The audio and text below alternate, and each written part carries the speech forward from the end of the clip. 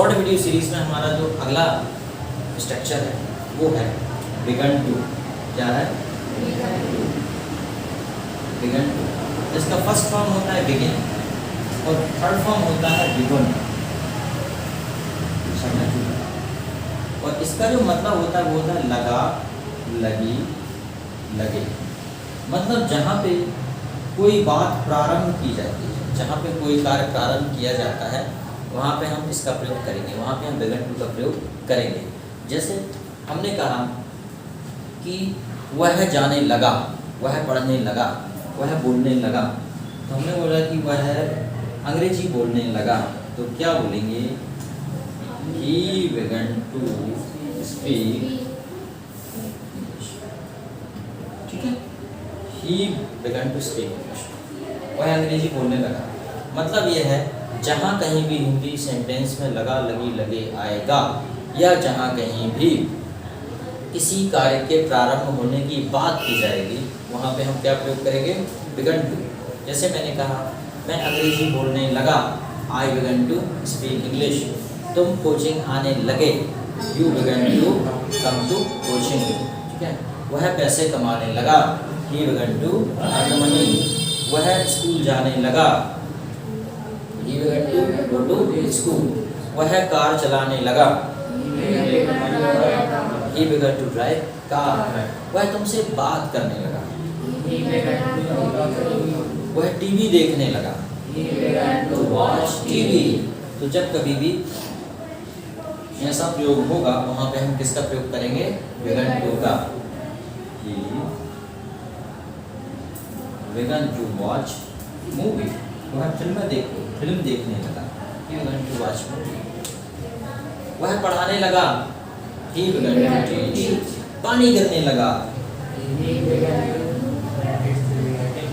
it began to rain, it began to rain।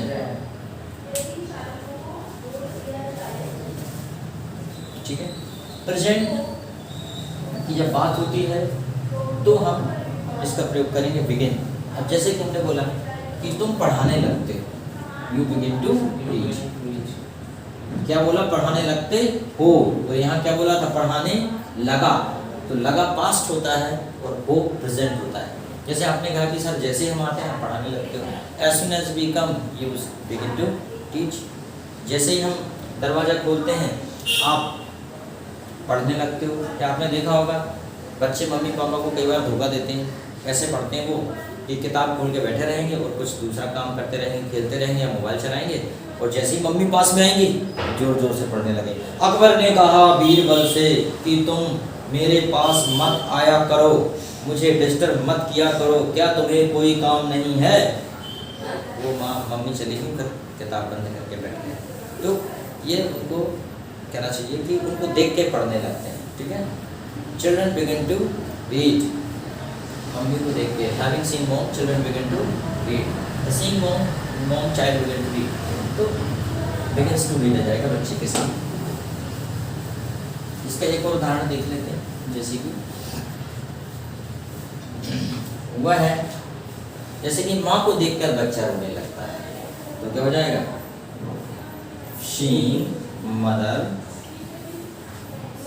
Child begins to cry. क्योंकि बच्चे रोते नहीं हैं, वो क्राई करते हैं, चिल्लाते हैं, दहाड़ते हैं। जैसे हमारी बिटिया रोती है तो वो वैसे थोड़ी रोती जैसे आम आदमी रोता है ना, वो तो चिल्लाते हैं, मतलब उनको कहीं जाना रहता है या कुछ भी उनकी जो डिमांड है वो, इसलिए बच्चों को बहुत कम आंसू आते हैं ना। आंसू तब आते हैं जब उनको कोई विशेष चोट लग जाए, गिर जाए, या वो इमोशनली फीलिंग आ जाए उनके अंदर रोने वाली, तब है। अदरवाइज ऐसे जो बच्चे रोते हैं that is not a real beeping, that is called a crime. कि चिल्लाते हैं दैट इज़ कॉल्ड क्राइम। बड़ों का रोना लेकिन बीप होता है। ठीक है, क्योंकि बड़े नकली नहीं रोते हैं, रो सकते हैं नकली भी, फिल्मों में नकली होते हैं, पर आंसू भी ग्लिसरीन के लगाए जाते हैं। लेकिन कलाकार वही होता है जो अपने अंदर भाव लेके आ जाता है। कलाकार, इसी को कलाकार कहते हैं। नकली को भी असली जैसा। आपके अंदर भी तो भाव आ जाते हैं जब आप फिल्म देख रहे होते हैं, कुछ ऐसी मूवीज़ होती हैं जहाँ पे आपने देखा होगा कि मतलब एक्टर के साथ एक्ट्रेस के साथ अत्याचार हो रहा है या किसी छोटे बच्चे के साथ अत्याचार हो रहा है, तो आपकी आंखों में भी आंसू आ जाते हैं देख के, जबकि पता आपको भी है कि ये मूवी है, सब कुछ नकली है यहाँ पे, उसके बाद भी आपके अंदर भी भाव जाग जाते हैं। जाग जाते हैं कि नहीं जाग जाते? ऐसा क्यों होता है?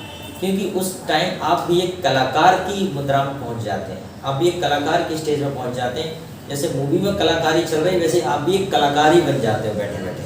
तो आपका स्वभाव और जो मानवीय जो भावनाएं हैं बाहर निकल आती हैं। तो जो बड़े कलाकार होते हैं वो नाटक तो करते हैं रोने का, लेकिन कई बार ऐसी स्थिति बनती है कि वो नाटक में इतना रम जाते हैं कि बाद में नाटक खत्म होने के बाद उनको चुप कराना पड़ता है, तो ये चुप हो जाओ नाटक खत्म हो गया, मतलब अपने वास्तविक जीवन में जोड़ लेते हैं उस चीज़ को। ऐसा लगता है जैसे उनके जीवन में सचमुच वो घटना घट गई।